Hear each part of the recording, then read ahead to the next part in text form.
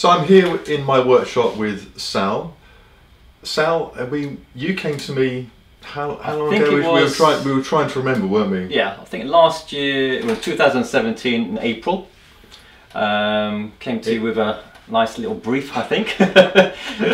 So Sal came to me with a brief to make an electric Saz. Yes. Now I had no idea. I had no idea what a Saz was. So just tell us about the project and what you had in mind, Sal. Well, I've been playing the Saz since I was about 10 years old. Yeah. And I always had a passion for this, all types of Saz instruments, because there's 5 different types of the Saz family. Yeah. From small one to the big ones. And I actually learned on acoustic Sazes. And I didn't start to go into electric Sazes until I was about 15, 16, because that's the way I was taught. Now when you say an acoustic Saz, we're talking about a round back instrument. Exactly. Yeah. But the electric Saz you're talking about is an acoustic instrument, but with some pickups in it into the front. Exactly. Yeah. And there's no sound holes. With the acoustic, there's a few sound holes on the top and the back. Yeah. With the electric one, it's all like with pickups. It's basically like normal electric guitar. So what I wanted to create is a different type of electric Saz. So I created this instrument, which obviously you've made. So the one idea I had is I wanted to eliminate a few parts on it, which obviously we discovered together that wasn't necessary, was it? Really? Yes. So yeah, with the Saz, it's probably the most famous instrument culturally in Turkey, mainland Turkey. For many hundred years. I think it's nearly 1,000 years now. Saz has been played in Turkey, and because I've got a great passion for it, I just want to create not only just my own one, but just a few little tweaks here and there to make it more better in sounding, and obviously better for the future for Saz players, really. Saz is you're a graphic designer by background, so yeah. Sal very helpfully came to me with sort of AO size drawings, you know, with you know, really sort of well specced out, which was great for me. You know, the challenges for me, having sort of never made a Saz before, was, well, there are certain things you wanted, such as frets rather than a traditional Saz, where the sort of fret positions are sort of bound with sort of plastic up and down the up and down the neck. So you'll see from some close-ups the fret locations are totally different from a traditional, you know, very sort of different Western guitar, electric or acoustic. So that was interesting for me to get my head around the funny spacing, and also making a neck from scratch of a Saz. I'd never made one before. But I got that about right. Yeah. Yeah. The really shape of that. Should I just mention what these little notes are as well? Yeah. Talk about quarter notes. It's like David just mentioned. It's nothing like the traditional guitar notes on the fretboard, because we've got quarter notes, and because we play Arabic music, and some of these notes that exist on a traditional electric Saz now, or even an acoustic Saz, are called quarter notes. So we've got notes on this particular instrument that are not even on the piano. So for example, between my A and B, we've got 2 extra notes. So it's not even a sharp, we've actually got another note between our sharps. Okay. Yeah. So for example, if I was to play, we've got another note here which doesn't exist on the piano, which is this note. Yes. Which creates that Arabic sound. Yeah, it actually sounds off when I play it by itself, but believe me, it's not off. So we create like Arabic scale.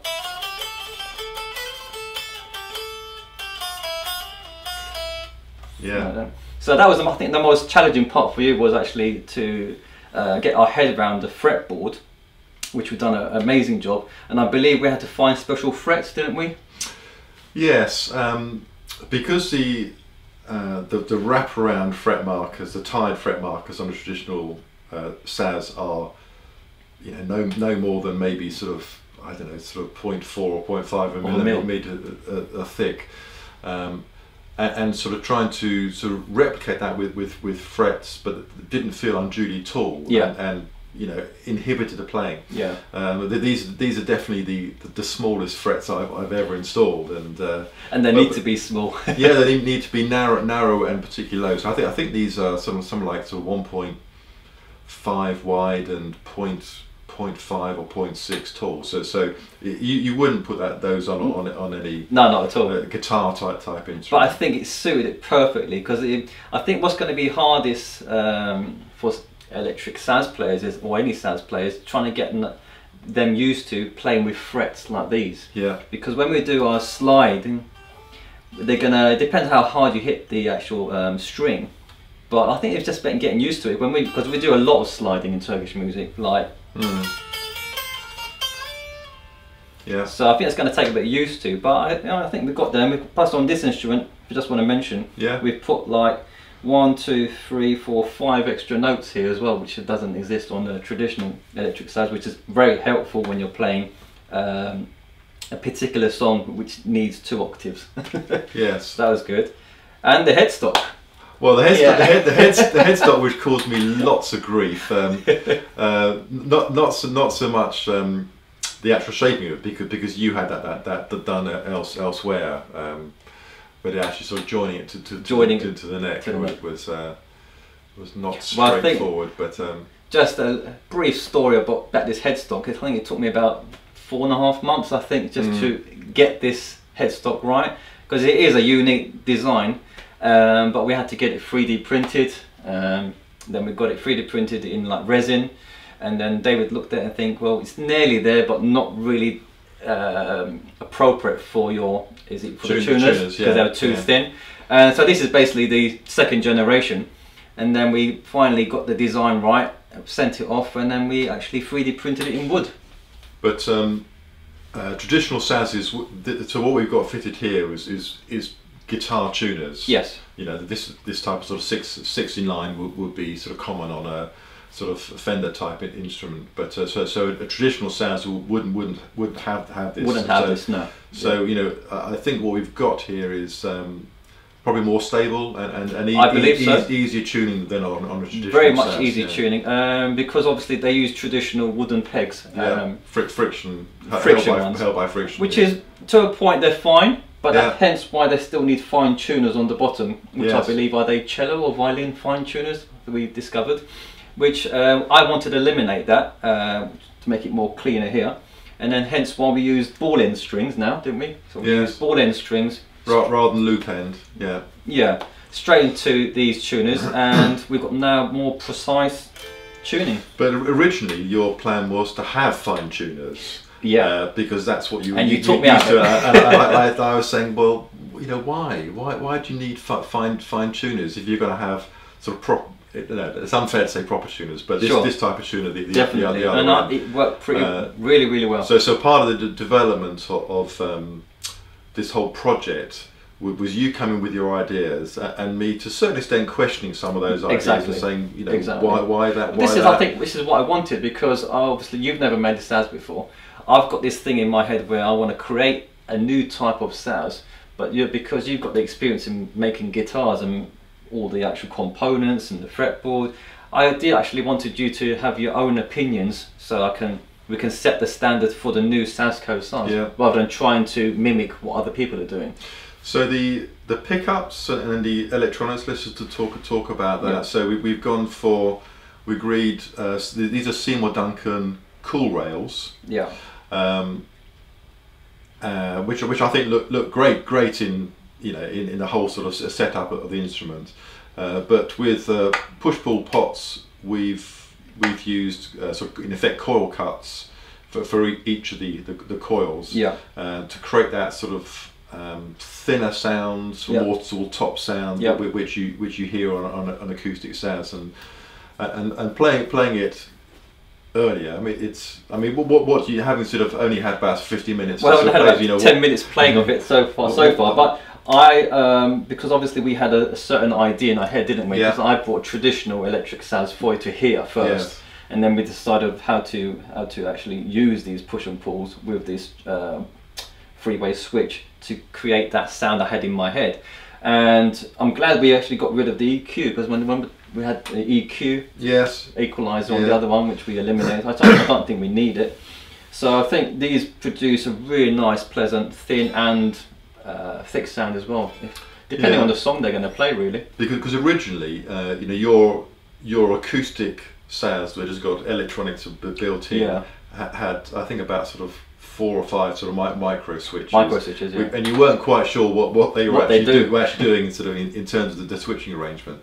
And one of the discussions was about, well, which of those sounds do Saz players actually use? Yeah. And is there an opportunity in designing this whole project to maybe do something a bit different and simplify it down? So instead of having lots of micro switches, just simply a volume, a tone, a 3-way switch, and push-pull for each pickup. So that's a very traditional arrangement for me in terms of electric. And like we discovered, it's half the sounds that they were creating they're not using.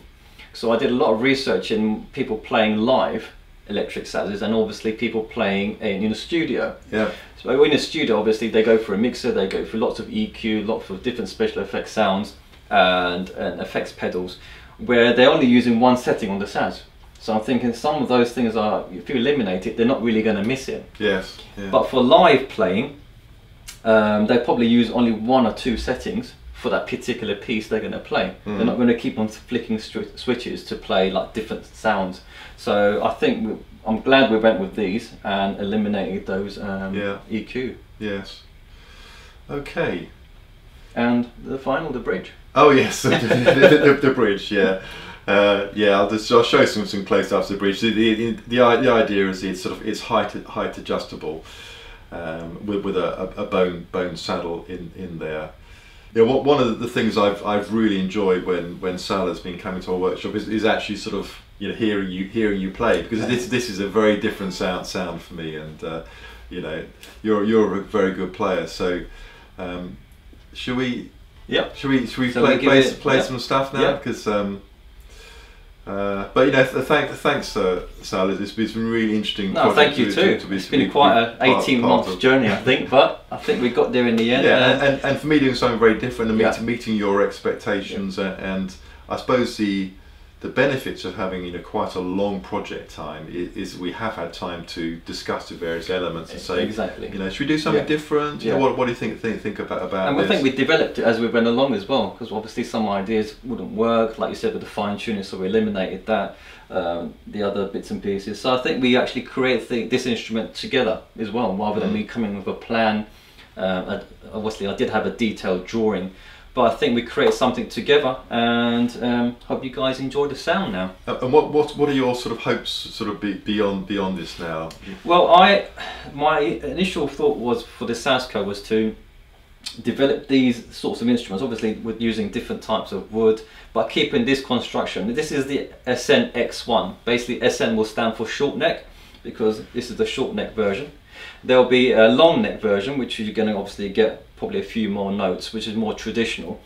But I think a lot of people, I'm discovering now in mainland Turkey and in Europe, a lot of people are playing now short neck, where you actually can play the whole piece just by tuning the top string differently. So you can play a whole piece without even moving your arm up and down. So I think the short neck version is the way to go, and hopefully put it into production and do a few more.